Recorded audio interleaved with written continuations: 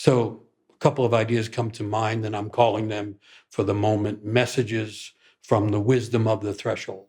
So I'm trying to suggest that the threshold is a place of wisdom. It's a place of uncertainty. It's a place of tension, but it's also a place of wisdom. And so here's a few ideas. One is this old saying that comes from the Zen monk poet Ikkyu, who ends a poem by saying, "You can't help but be who you are and where." And what I mean, why I'm using that is on the threshold of awakening, on the threshold of tension, on the threshold of imagination, we can't help but be who we are now and where we are.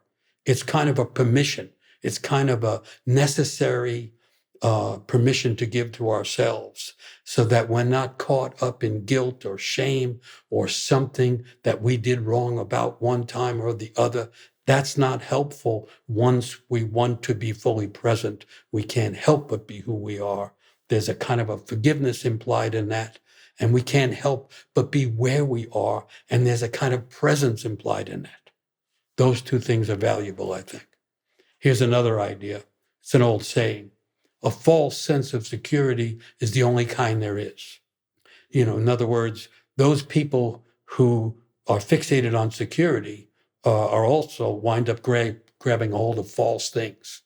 This world is a world of flux and change, and now it's a place of radical change. And so the idea of thorough security is probably not possible. And so that's not the thing to look for. Not security in the outer world, for sure. Not security in the literal sense, but the security we're looking for, I think, is this connection to a deeper sense of self, which secures us at the level of being, secures us on the ground of being. I think that's what's being suggested there. And then connected to that is another old saying, safety doesn't mean no trouble, no harm, and everything's fine. Safety means having enough support to take the right risks. So there's a suggestion there that we need support, but also there's the suggestion on the threshold here that we're going to have to take some risks. And some risks are the right risks. They're the risks a soul would have us take. Just to say it simply, most people, myself included, are a smaller version of the greatest self they're intended to be. I'm starting with the idea that everybody has a kind of inner script, a plot line that exists in the soul when we come into the world. And we're here to unfold that story, to follow that plot line. And when we do that, we're not only aligned in a way that makes risk meaningful as opposed to simply dangerous. But when we follow that, we become who we already are in the core of ourselves, because I'm starting from the idea that everybody is meaningful to begin with, and everybody has come here to live a meaningful life. And so in times of radical change, that's what is being stirred up and trying to come into consciousness. And that requires taking some risks. And in terms of the psychological level of things, the part of us that doesn't want to risk becoming a greater essence or a greater being is called the ego or the little self. And it's the little self that carries our fears and our worries that we don't have enough safety. So maybe one more. Old idea, radical idea. At every threshold, and any moment can become a threshold, any doorway can become a threshold, any event can become a threshold.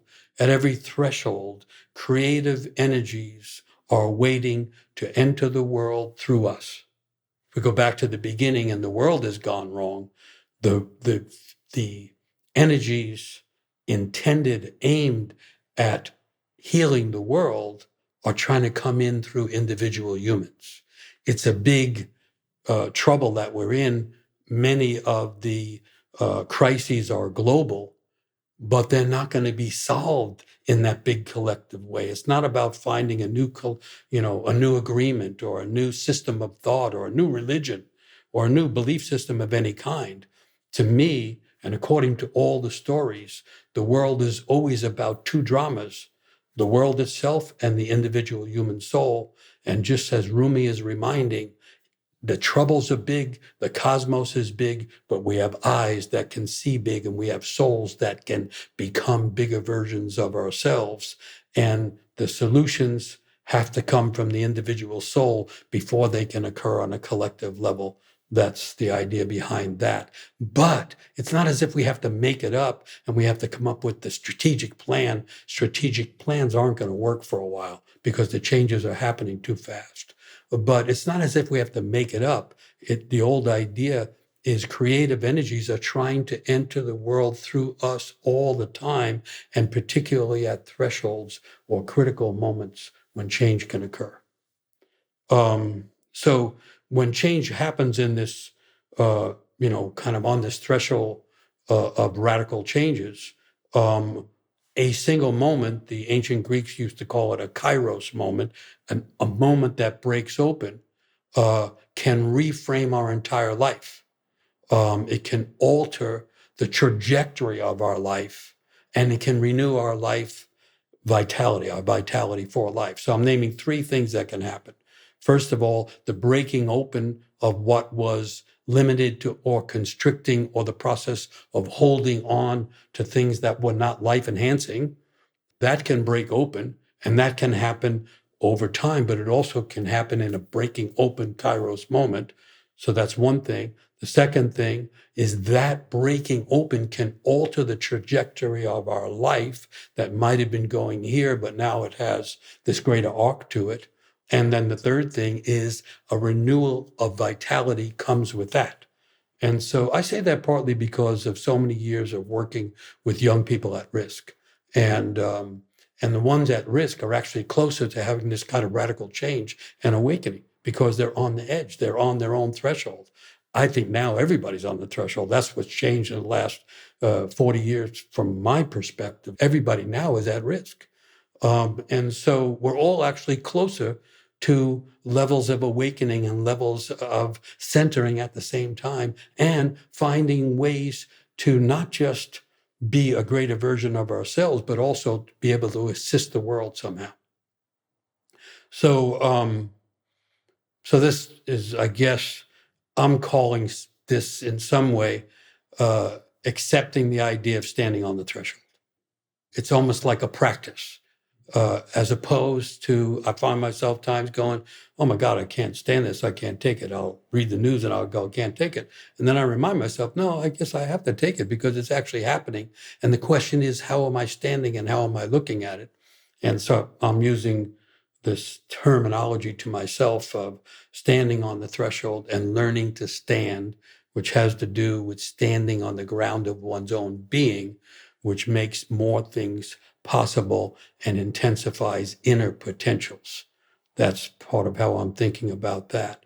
And once we accept the conditions of liminality and uncertainty and radical change, and once we find a way to stand more comfortably in that, instead of thinking it shouldn't be happening, then we are closer to finding ways that our hearts can open, that our imaginations can expand, and that our souls can begin to lead the way. In other words, in these kind of conditions, like being in the dark, the soul is what has to lead us. What's that old saying? On the roads that we have to travel, we should close our eyes and let our souls lead. Something from inside knows which way we should go. And that reminds me of another Rumi poem. And this one is called Madness, Trouble. You say, I'm so small I can barely be seen in all of this havoc.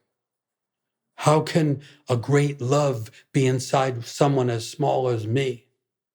Listen, friend, look at your eyes. He's back to that image of the eyes seeing.